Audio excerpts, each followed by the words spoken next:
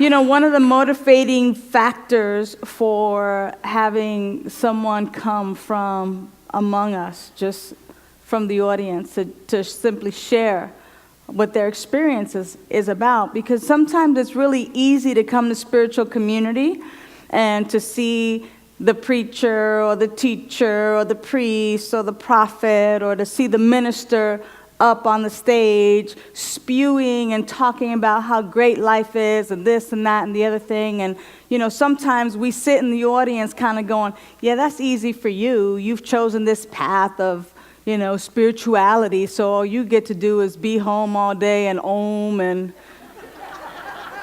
meditate and read spiritual stuff. You know, you don't really have a life like the rest of us. You don't have trials and tribulations. You've married God, and, you know. And so, of course, your life cannot be anything like mine.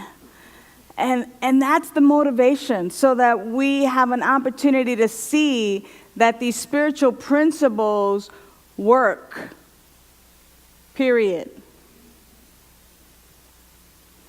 The thing is that, are we going to be evolved enough? Are we going to participate in using the principles that are available to us to expand our life? Our reading today out of the Science of Mind book, as we get all booked up, you know, I was looking at my talk titles for the rest of the year, and it's like, here we are in October, and I have all the talk titles for the rest of the year, but I'm going, wow, there's not that many left. You know, as we look at finishing off 2014. And I had the opportunity to reflect for a moment that pretty soon, those of us who started in January are going to be able to go, wow, I've been able to read the Science of Mind book in 1 year, because we have the little index, and every day we read a few pages in different parts of the book. And how amazing it is that if indeed we started in January, or if we just, you know, started last month or in August, that wherever it is that you pick up, you can just start reading those pages, and within the next year, voila, be complete with reading the Science of Mind book that was given as a gift to Catherine, and as she read it, things opened up. All of a sudden, there was this sense of, whoa, this resonates. This sounds right. I remember that being my experience in foundations class. You know, they say that the more intelligence we have, when they do autopsies on intelligent people and even folks who are not as evolved, but you can tell the intelligence of a person based on the wrinkles in the brain. You know, I guess that's the first time everybody wants more wrinkles, right? Otherwise, it's like wrinkle prevention. Don't smile. Don't smoke. And I remember being in foundations class and being taught by Michael Beckwith a little bit about just foundations, and about this idea that this power and this presence that we talk about so much, that we sometimes title God or life or love or joy or whatever name we give it, whether it's Allah or whether we call it the Most High or creative intelligence, but this energetic that we call God as a placeholder, that it is not somewhere outside of us in heaven ruling over or taking notes as to whether we're good or bad, but that this divine intelligence is living and having its being as me, as you, as each of us, as everything. And I can remember all of a sudden just that sense of, whoa, this feels right. It's kind of like putting on a garment that just fits, and you look in the mirror and go, dang, I look good in this, and this fits me so well, or a pair of shoes or something that just fits. Like that bit of information fit so well that I remember so vividly, like a new wrinkle forming in my brain. Like this new pathway of intelligence was just revealed to me. And it was then that I even became more thirsty, more hungry, that I began yearning to know more of the truth. The truth of life, the truth of my life, the truth of all life. And that's the kind of yearning, the kind of desire, that seeking that is necessary for us to evolve. Now, interestingly enough, Joel Goldsmith, which is the reading that Sharon read, reminded us of the truth that we cannot add an inch to our life. We cannot add any spirituality or any grandeur to our life, because that's already who we are. We're already life. We are already God. We are already the beautiful and magnificent way that God is dancing on this planet. You can't help but being God. You can't help but being the way life eternal expresses on this planet, in this dimension, in this form, in this body, right now. Can't help it. But what happens for us is that we forget that this is our truth. We forget and we begin to call ourselves mere mortals instead of the divine humanity that we are. We begin to think that we are prone to lack and limitation and illness, and that we're prone to sorrow and doubt and fear and morbidity and wars and rumors of wars and reports of wars, and that we're doomed to a vicious end of life. When in fact, our lives are eternal and life could never, ever end.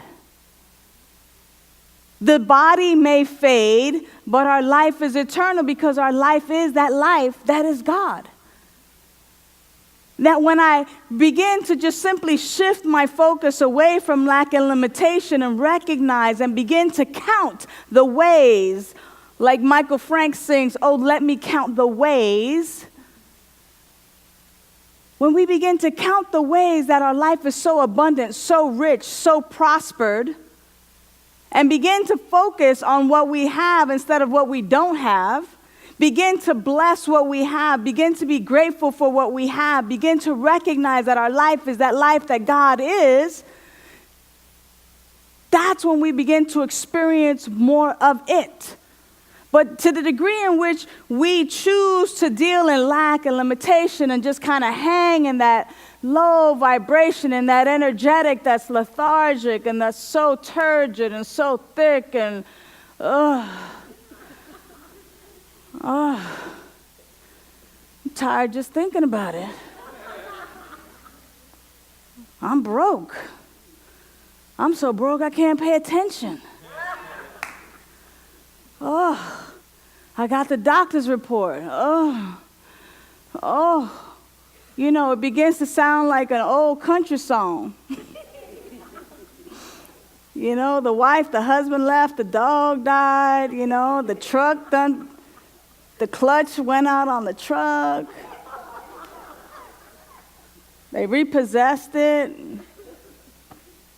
Yeah, when we hang out in that energetic, we get more of it, right? And that's when we find ourselves going, oh, I'm just waiting for the other shoe to drop. Well, guess what? Bam! It's going to drop. Because that's where we're focusing on and that's what we're paying attention to. But unless we can somehow begin to just even make a tiny shift in the direction towards what it is that we want to experience, in the direction of truth, grand things begin to happen. Here's a great point. Let me see. There's a clock in the back. You can take a look at that clock, right? If I am a ship sailing and I want to get to that clock, but I'm facing this way, I'm not going to make it. Look where I'm headed. I'm head out the door, out the exit sign, that way. If I shift just a tiny bit. Did you see the shift? Hello? It was just that tiny, from here to here. In the long run, bam, I've hit my target. That's a huge span that in the long run, just that tiny shift gets me on point. So we're not talking about, or let me just say, I'm not talking about making the change from here to here, which is huge, or even here. I'm just talking about a slight shift in our perception, in our view, that will put us on point. That as we then continue to stay in that direction. A friend of mine used to say, it doesn't matter how big the steps are that you're taking as much as it matters what direction you're facing. Because we can be taking baby steps in that direction and be right on point, and they're baby steps. Or we can be taking giant steps away from the truth of who we are. In our reading today, Ernest Holmes talks about the importance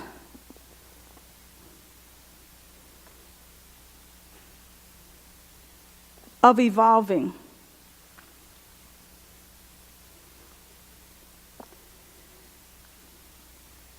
He says, even though this process of evolution is still taking place, has not stopped and perhaps will never stop, because we shall forever unfold, even in the state of incompletion. Our state of evolution, the purpose of our evolution is that we might know our life, that we might become self-realized, that we might know our life as God. But we got to be hungry. We got to be thirsty for it. We have to at least kind of want to know for ourselves.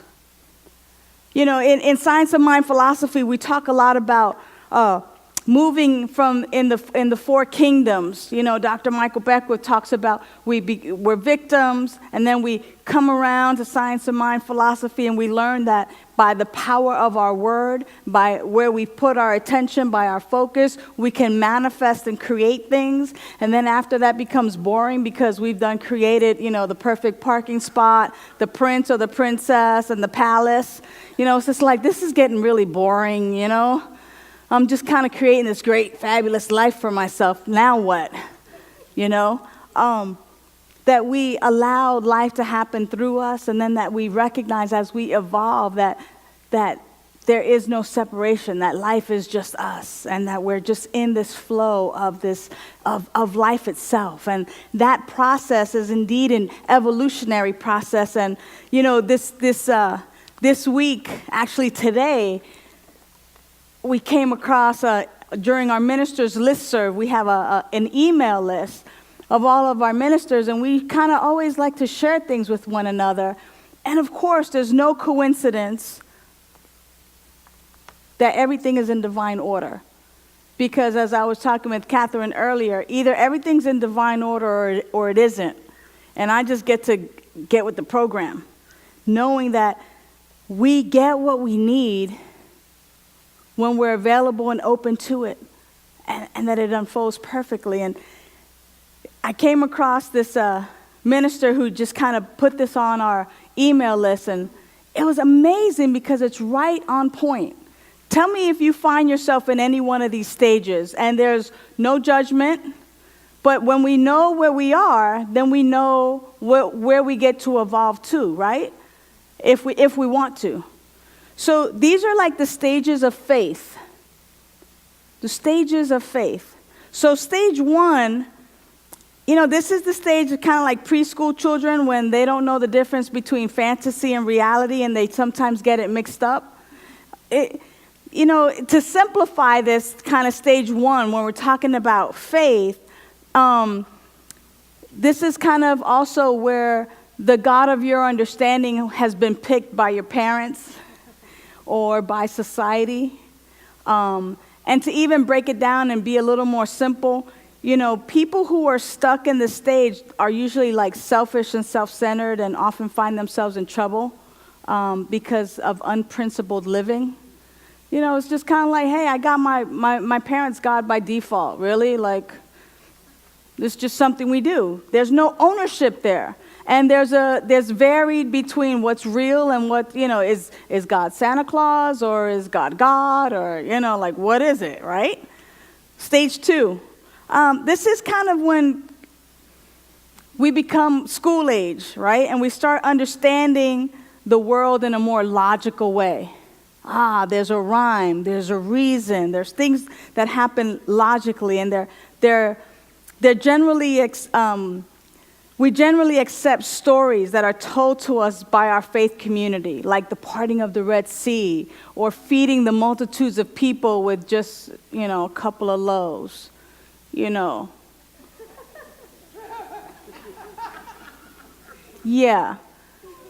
So we still have believe those stories in a sense. Now, there's some logical reasons behind how it all happened.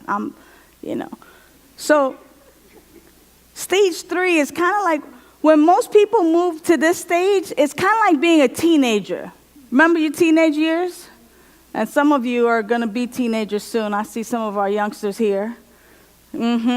So in this stage, this is at a point in your life where you've grown to include several different social circles, and, sometimes there's a need to kind of pull it all together and make sense of life. And this is where, I don't really know if I kind of believe what my mom was talking about. I really want to branch out and kind of check out, Buddhism, or check out this, or check out that, or, maybe I'll, become Rasta. Maybe I'll try the way of the natural herbs. This is that rebellion stage where it's kind of like, let me just leave that right back here and check out life for myself. And spiritually, when we're talking about faith, if you can really just kind of picture yourself kind of going in through those stages, you can kind of go, hey, okay, here's how I've been in like certain religions, certain ways of life, right? So stage 4. This is a tough stage. It often begun in young adulthood, when people start seeing outside of the box and realizing that there are other boxes. They begin to critically examine their beliefs with their own, and often become disillusioned with the former faith. Ironically, stage 3 people usually think that stage 4 people have become backsliders, when in reality they've actually moved forward.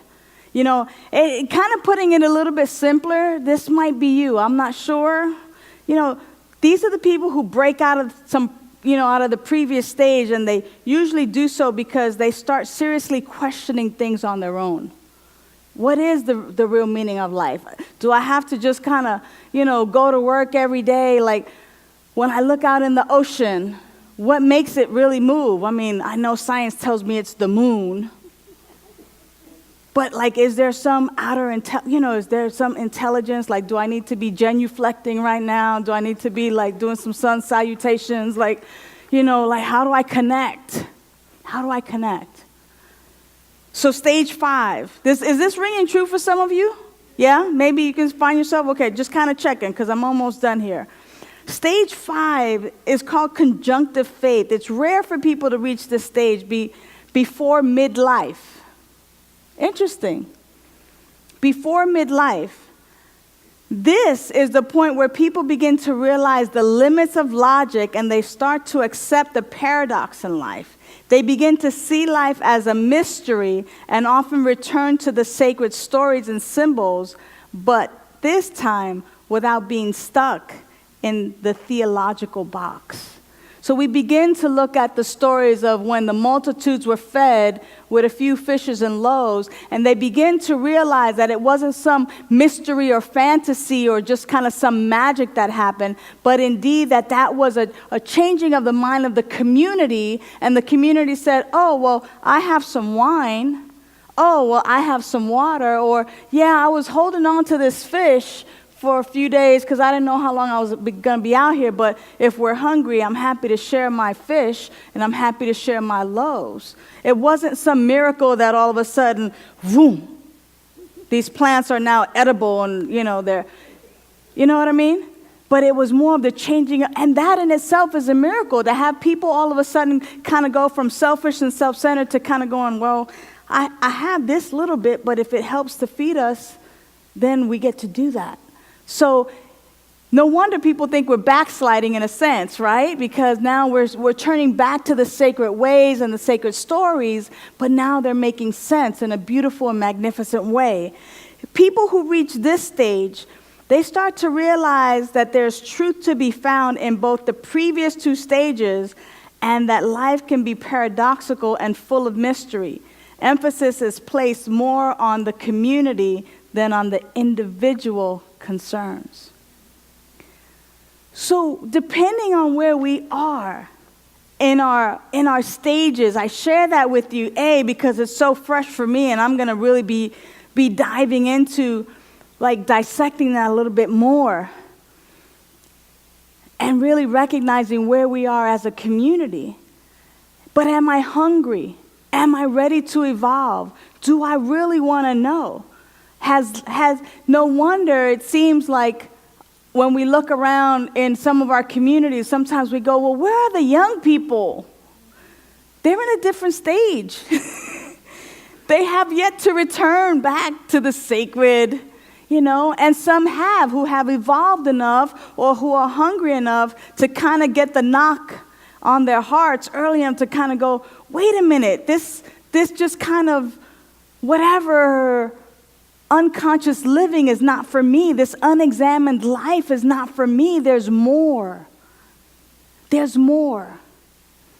And when we begin to really recognize that there's nothing that separates our life from that life that God is, and we really begin to practice those things that put us on point to reach our goal, to reach this self-realization, to reach this knowing, that's when all of a sudden we just kind of feel that life is, so sweet. Everything is Irie-man. And we haven't been to the store with the little green cross. That everything is really cool, that life is flowing, that everything is in divine order. Simply because we become thirsty enough, because we become hungry enough, because we begin to really question what we're being told. I promised you over the summer that I would remind you of this very point. The hype about flu season.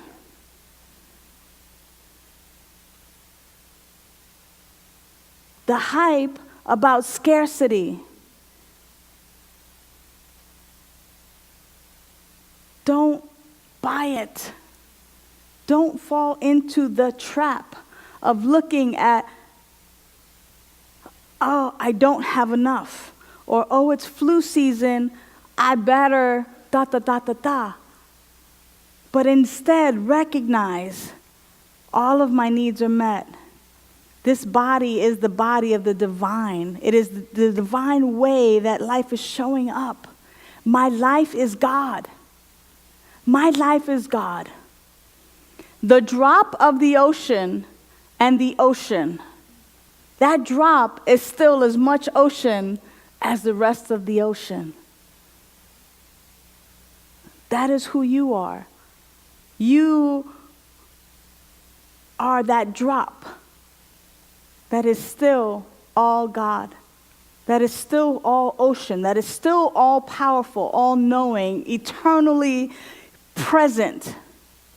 Even quantum physics proves to us that what is known in one place can be known and is known everywhere else, if we indeed simply allow ourselves to know it.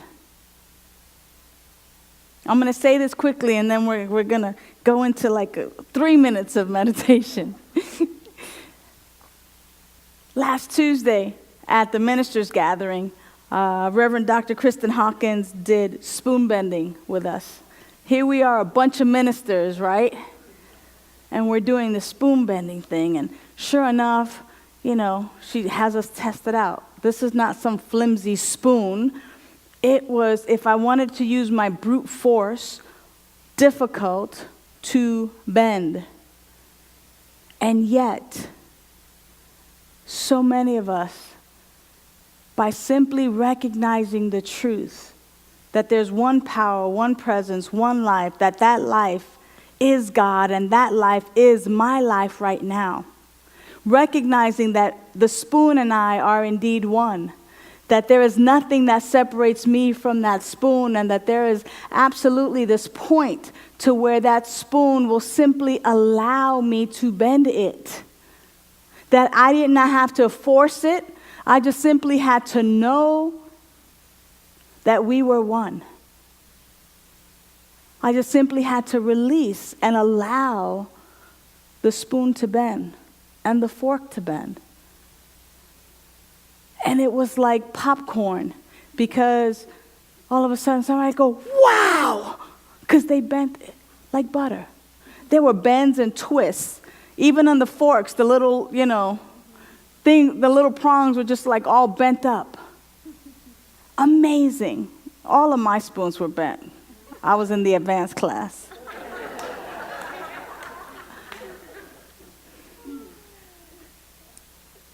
There's this idea of practicing a knowing and an allowing ourselves to just know our life as God.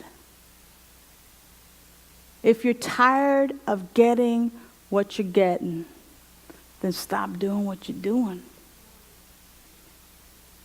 And begin to just simply make the simple shift. Slight. But in the long run, that will put you on point where you have this realization. Wow, there's nothing that separates me from all of life. I belong to you, you belong to me. We're individual, but we're not individualized. We, collectively and individually, are the perfect and divine way that God is showing up on this planet.